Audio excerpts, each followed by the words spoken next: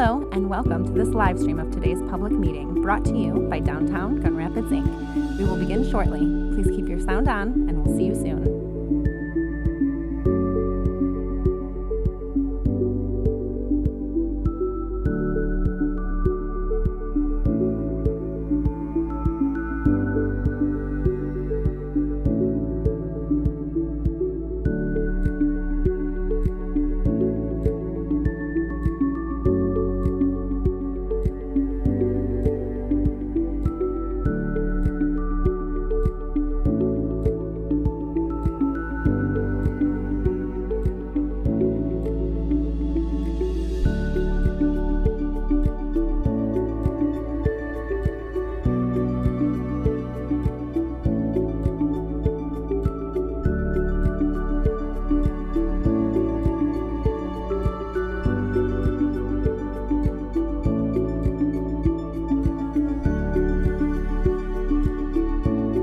Hello, and welcome to this live stream of today's public meeting brought to you by Downtown Gun Rapids, Inc. We will begin shortly. Please keep your sound on, and we'll see you soon.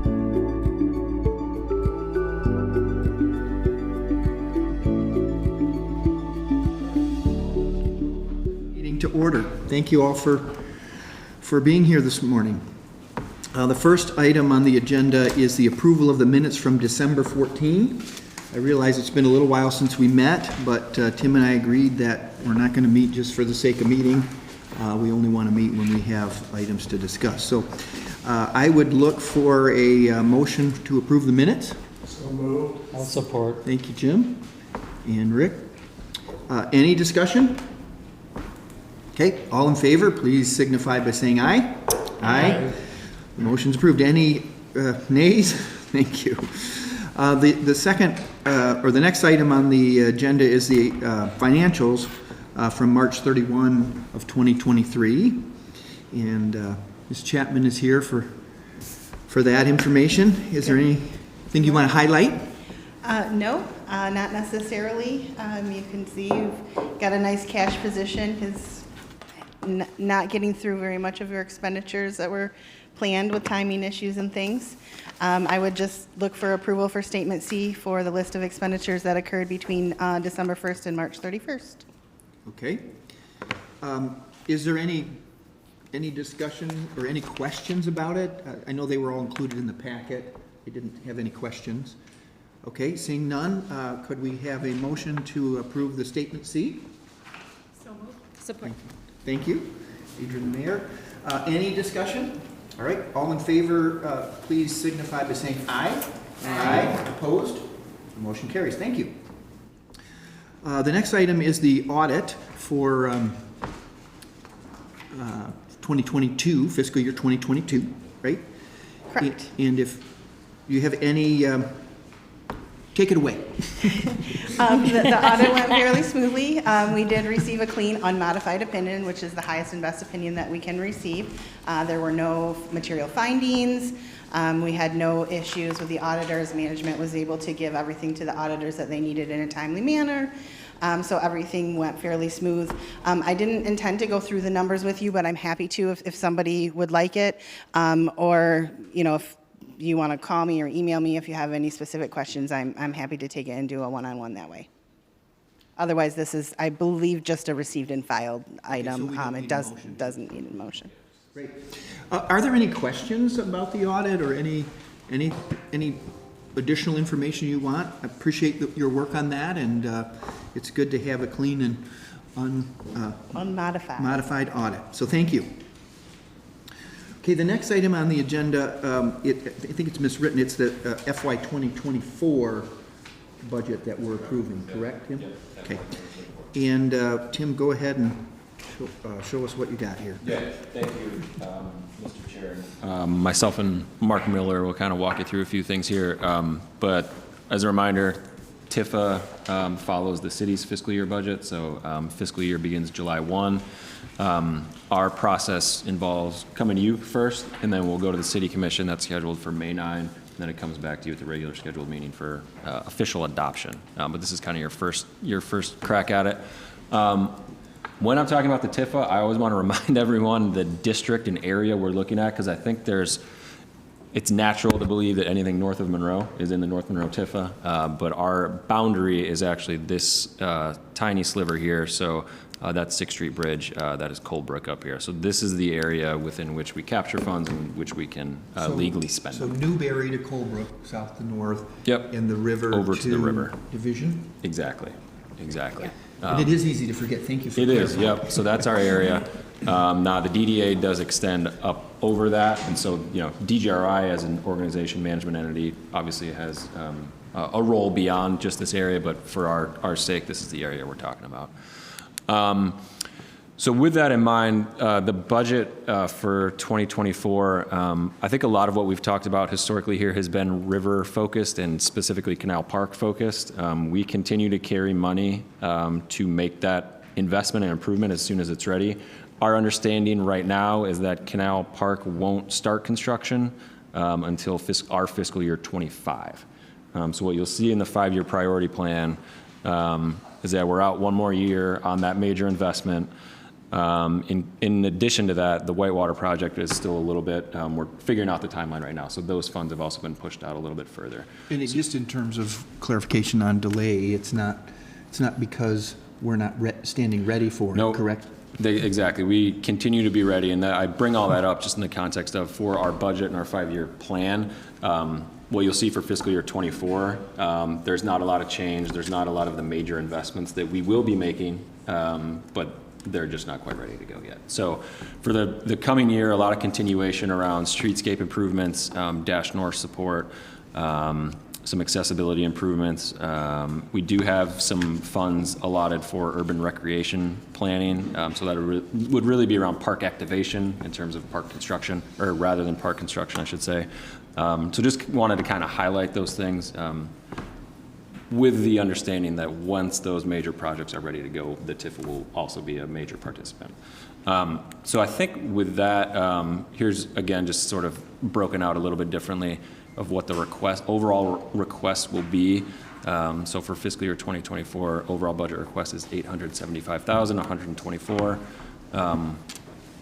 A portion of that is admin and some committed expenditures, and then the $700,000 will go toward project implementation. Now with that, I did want Mark to kind of walk you through what some of the projects we expect to see for the TIFA will be, and also to give you an update on Canal. And then the River to Hill Network plan is just outside of our boundary, but because it's such a major part of the neighborhood connection pathways, we wanted to make sure you were up to speed on where that is as well. So Great. take it away, Mark. Yeah. Aye. Hey. So this is a project that is in the budget this year. What we do oftentimes is collaborate with Mobile GR on various projects that they would like to do, where we have seen either ourselves instances of issues with pedestrian safety, or they've alerted us to them. And in this particular case, there's actually 3 projects in this one project, but only 2 of them fall within the Monroe North TIFA. So we take that opportunity to move them into this jurisdiction, and then the other one is at Trowbridge, which is in the DDA budget. So we do what we can to try to funnel some of these projects into this area when we can. I think that the 2 here that we're looking at in the orange circles is one is at Mason, which is where City Built is. So it's a natural line of a desire line, essentially. Even though there's a crosswalk there, it has still proven to be relatively dangerous, especially during the summertime when there's a lot of people walking back and forth, or when there's an event at the park. So what we're going to do here is begin to look into what we can do with making that intersection a little bit more safe with pedestrian crossing. That might be looking at some bulb out situations, but it's also likely a rapid flashing beacon at this location, which is something that the business owners have advocated for a couple of years.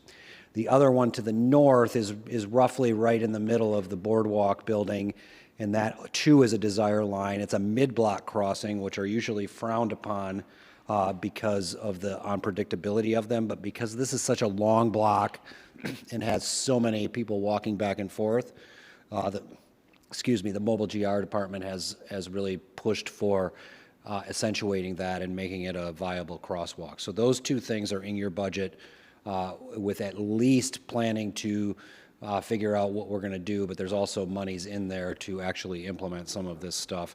It's easy implementation, relatively speaking.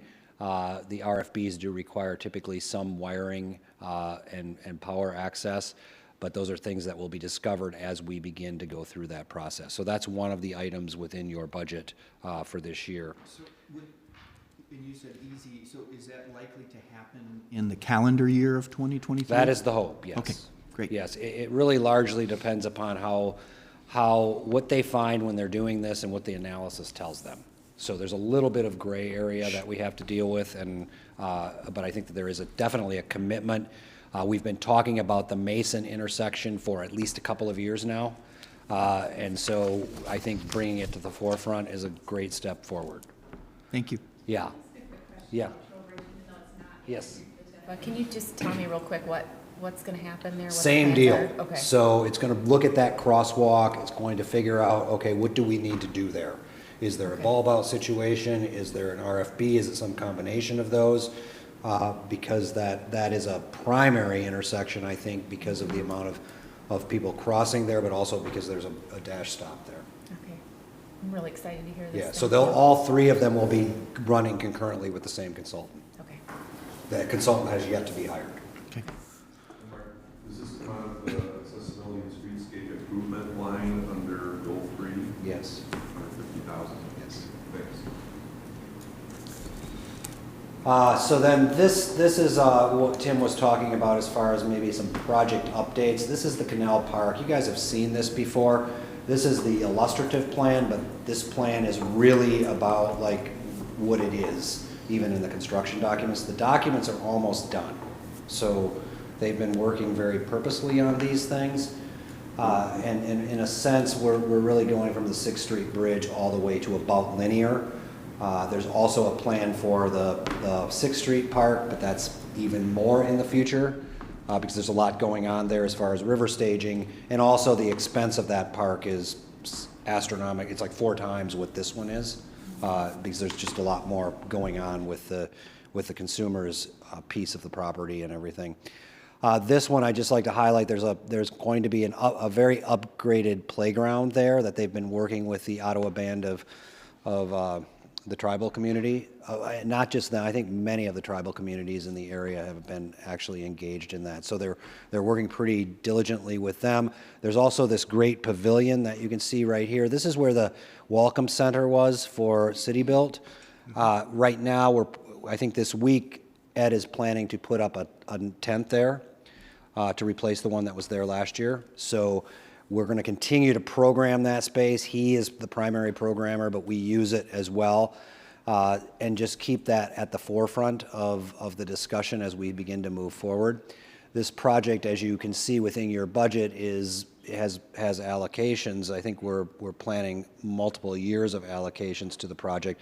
Tim mentioned that our plan at this point in time is to be at constructing this in fiscal year 25, I believe.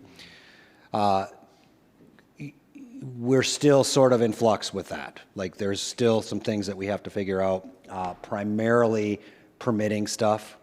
This is one of those projects that does have to work through decision-making in terms of how we actually begin to permit it. We're not really touching the water very much. There's some minor things over here at this location. Whoops. At this location, but not like it's just changing the edge. It's not really doing anything in the water. The wall that's there remains in place, so we're not messing with that. There's a few things that we're doing over here behind linear, but nothing that's too substantial. This is a flood control situation, so this red line that you see with the path, that's actually the high flood control. So the path is higher than everything around it. So there's sort of a cocktail of investment for this. So that includes City of Grand Rapids Parks Millage funds. It includes potentially flood bonds. It includes the Monroe North TIFA investment as well. There's still some gaps that we need to figure out, and one of those, figuring out, is this part of the greenway situation? When does this play in, because I think that one of our concerns with that and the Greenway expenditure is that this may happen too late for some of those funds to be expended on it. So I think we're just working through some of these things, but we are at a point where we have drawings ready to go. So it's ready in the sense of that and the things we can control. So if we have the plans ready to go. Yep. Close to ready to go. Close to ready to go, I'm assuming then it would go in for any permitting. Yes. So what is the holdup of getting this to move more quickly? And why are we looking 2 years out? I think that that's something that the Parks Department has really directed us with in terms of when and how this might happen. I think that there was some discussion early on that it could happen as early as April 24, which would be a year from now. So we're always planning these kind of construction projects, starting them around the April date. So we're getting to a point today where it's not really a viable thing to do this year, because it's going to be basically constructed from roughly April to November, which is the prime construction season, and any of these projects are also dependent upon where the water level is as we start to move forward with them. So I think that that's one of the issues. I think the most optimistic thing we could think of is maybe starting it next year, and I think that that's still possible. We just don't quite know where that goes. I think that we're not the drivers of that oftentimes. It's mostly I think in this case, the Parks Department that is trying to queue these up, and they've got various other projects that they're working on. So we would welcome moving it forward quicker, for sure. And we'll push on it still, and if we get to a point where it's ready to go, we can always move funding forward. The TIFA won't be the only funder of the project, so, depending on when it starts, that, we'll take that into consideration. I mean, I think they're still working even like the flood bond situation, like how much are the flood bonds going to pay for this? There is a substantial gap. It's a $6.6 million project at this point in time, and that's an estimate. Yeah. We put out more money in flood bonds than. Yes. So I think those are conversations that probably we would welcome to maybe have more of with the city of Grand Rapids. I'm curious, I'll look to you. Has the Monroe Business Group been looking at this and pushing the city to make this more of a priority to get it done so that we can use some of the Greenway money? So we have had, it's been probably a year or more since we've had anyone come in and talk about it. We have not pushed, but we can. You may. Okay. I'll follow up with the commissioners. Okay. They certainly will welcome it as quickly as possible, so I just don't think they knew to push. Okay. And I think that one of the things with the business community in particular, and that's like Linear, and that's like City Built, the folks who are right adjacent to this and use it on a regular basis, and even us today, these schedules impact some of the things that they're doing and some of the things that we're doing. So for instance, the tent commitment that Ed is making is like based upon his understanding that it doesn't happen this year. I think our Return to the River project is the same thing. It's like, okay, now we can commit to this because we have heard that you're not doing it this year. Next year's a different story, I think. But though I wouldn't let those things be necessarily the impediment to moving it forward. I think we can all pivot if we need to pivot. Well, I agree. And going back to Downtown Grand Rapids, Inc., looking at the plans for the Greenway funds, I mean, it's crystal clear that if we don't have these projects in the pipeline, we're going to lose out on using some of those funds, and they're going to go to projects that are countywide. So there's an urgency to some of this work that I think we need to push on. Yes. Okay. And I think that the thing that I hear is just like what the plan is for permitting, and we do not have a real clear understanding of what that's going to be. But Parks is leading that effort too? Pardon me? Is the Parks Department leading that effort? It's probably Parks and Engineering And combined. engineering. Yeah. I think a lot of that is deferred to engineering. Any other questions or comments? I appreciate the comments. So it's definitely a project that's close. We have so many of those. I think people are just frustrated that we keep talking about these. Yes. But we're not seeing them actually get over the finish line Yes. and action happen. Yeah. And I think that's the frustration Yes. I'm consistently hearing. Thank you, Mark. Yep, and I think I have one more. Tim mentioned the Hill and River Network, and just to briefly go over this, this is really 3 projects in one. So there's the tunnel that you see in the blue highlight that goes under the highway. There's the Hillside Park, and then there is Division Avenue and Ionia Avenue, which is roughly in that, adjacent to the orange part of the park. None of this is in the Monroe North TIFA, but I think it is very important from the standpoint of you guys and thinking about like what's going on adjacent to this district. So we do plan to work on these projects and think about them as 3 different entities as we move forward. The rail tunnel is probably the most tenable today, but I'll talk about Division first. So I think we've talked about this in the past, but really the intent with Division Avenue is to take it and move it into the Ionia Avenue right of way, just like the lower image shows.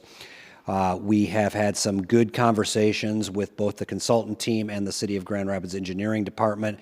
We had gotten this to what we refer to as concept design, which is what you see here. Now we have to go into the design development portion of that. That requires us to move into a project that's being managed by the City of Grand Rapids Engineering Department. So we're working through some of the logistics with that.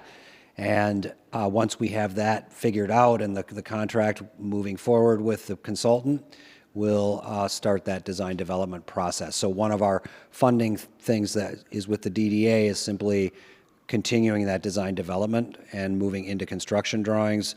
This is probably a project that happens optimistically in calendar year. I think I'm having trouble sometimes keeping track of these. I think we're projecting this potentially to be in March of 2025, which coincides also with some funding that we're getting from Vital Streets. Vital Streets is allocating some funding to this project as well, which is great for us.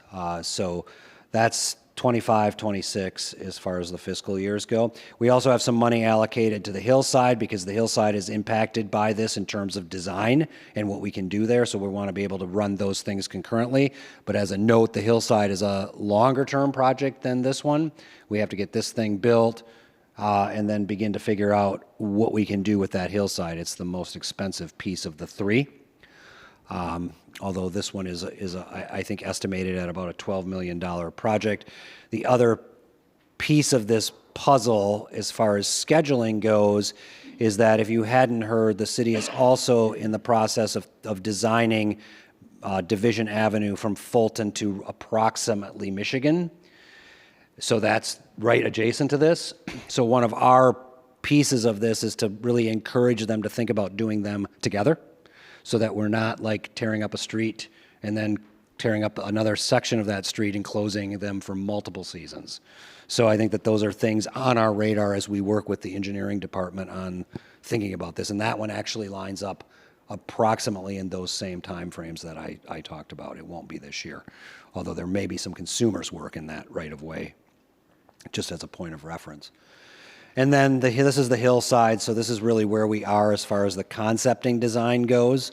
Not much more than this, but something that does get impacted by the decision-making process with the change in the right-of-ways of Division and Ionia. And then I'll end on the tunnel piece because that one is at its design development. We're meeting with the steering committee in a few weeks to further talk about that and figure out some more concrete directions with it. Our intent is to have construction drawings, move into construction drawings with that, and then begin to build it. And I think that our hope with that project is that we could actually be constructing that at or around April of 2024. So still within this fiscal year, but sort of the tail end of this fiscal year. So we have money in there. I think that some of the big impediments with this one is not river permitting, but it's like going through an MDOT and a Federal Highway Administration permitting process, which we've started and had some conversations with them, and it seems positive at this point in time. So we're optimistic about that, and this would provide us with the ability to begin the construction of this. This one is not as necessarily weather dependent as the other projects because it's enclosed for the most part. So, but we are working through a lot of details in terms of how this thing is even potentially closed off and protected during various periods of time. So how do we integrate gating into this? Who controls the gating? You know, because there's always issues where you want to close things off potentially for activities that you don't find savory for various reasons. And I think that that's all I have. I'm happy to take questions about any of those or comments. Yeah, any questions? Yeah, go ahead. Comments and questions on the budget. Okay. Yeah. Just first of all, noting that the audited fund balance there, 2022 is 2.4 million. And as we look at our 5-year plan, we're spending down about $1.5 million of that. Just wanted to note that. I think $1 million out of $3 million of revenue is an appropriate fund balance to continue to have. But just wanted to make sure we were all aware of that. Also was curious about the urban recreation plan line item for park activation. It's 3 times the amount, $150,000 this year compared to the $50,000 that's budgeted in the future. Just curious about that, what that's about. Yeah, the hope is that we can spend some of that funding to activate the park while we're waiting for it to get constructed and approved. What that specifically entails yet, we'll work through. And as I think you're all aware, this is what we know at this point. Any expenditures have to come back to you for approval, and so that'd be a conversation we'd have over the next year. But we're expecting that there will be less spent once the park's approved. Yep, and you can kind of see that over the 5-year plan. And a reminder as well, the action for you today is to approve the 24 budget. The 5-year picture is kind of our, what we know today in terms of what's coming. But good question. And the last thing was curiosity about the roundabout. I thought I saw something recently that's going to happen up by Colebrook. Is that outside of? I was trying to see on that tiny map whether that was outside of the TIFA area. There's a little bit within the TIFA area. Anything budgeted for it, it looks like, right? We don't currently. We have been in conversations with engineering and Mobile GR about that historically. We've sort of been expecting to get an ask of funding and financing, but that hasn't come yet. So Okay. if that comes forward, it's not accounted for currently. If it came forward and there was funding needed, we could accommodate it. But just I think everyone knows it. It's the roundabout right there at Coldbrook and Monroe that's been talked about for a number of years. Northern boundary, Yep, right? exactly. So depending on what the plan looks like and where it sits, we might be able to participate. Thanks. Yeah, thanks. I have a question about transit improvements in the Monroe North District. Do Yeah. you have any ideas of what those improvements would be? And then also, I've heard rumors about the route changing. Do you have any update on that? The route is planned to change, and I think that's set for May to start. We can send out a map to show you what that looks like. That'll give you an overview of the service areas, and we can have Mobile GR come. What we'll need to do is re-up our agreement for the dash service. So at that point, we can have them give an overview of schedule, route, and all those things. In terms of the transit improvements, that's primarily the TIFA's share of the dash, and then any potential stop enhancements that can go in. Okay. But I'll say just about the dash reroute, I think it's going to be better because it'll be circular and it'll connect Leonard Street and then come back around, and it'll go both ways. So it'll be great for, I think, Monroe North to be able to jump on, go over to Leonard, go over to Bridge if they want to. Yep. So I think it'll be good. Yeah, agreed, and we've been talking with them quite a bit. I think the hope is that it's also just more intuitive for people that are using it. The west, north, it wasn't always clear where it was going, and so it'll just be on a continuous loop in both directions. Yeah. But good question. All right, thank you. Any other questions about the proposed budget? I'll move approval. Support. Thank you, Rick. Thank you, Mayor. Any further discussion? All right. All in favor of approval, please signify by saying aye. Aye. Opposed? Thank you. The motion's carried. Tim, the President and CEO report. Yeah, thank you. Not a whole lot to add on top of the budget. That's been the focus of our team's work, as you can imagine, the past few months. Just a couple of highlights, though, maybe of interest to TIFA members that weren't at the DDA meeting. We did approve funding for finalizing the wayfinding design, so there's some additional digital kiosks that are going to go in, but the wayfinding deployment continues and should be wrapping up or moving into the summer and into the next fiscal year, so keep an eye out for new signage coming in. We approved new funding for holiday decor to the consternation of a number of members about talking about winter. Nonetheless, we did move forward with new holiday decor, so lighting will continue. And then major event funding, we moved on the water festival again, so that's been a huge success. They're going to do it over a full weekend now instead of just one day. There was an invitation for teams, and so if anyone wants to get on a team and sit in a boat, please keep an eye out for that. And then in addition, they approved funding for the Return to the River Festival, which will be happening again at 555 Monroe. And 3 of the major art installations that are going to go in for that will also continue through Art Prize.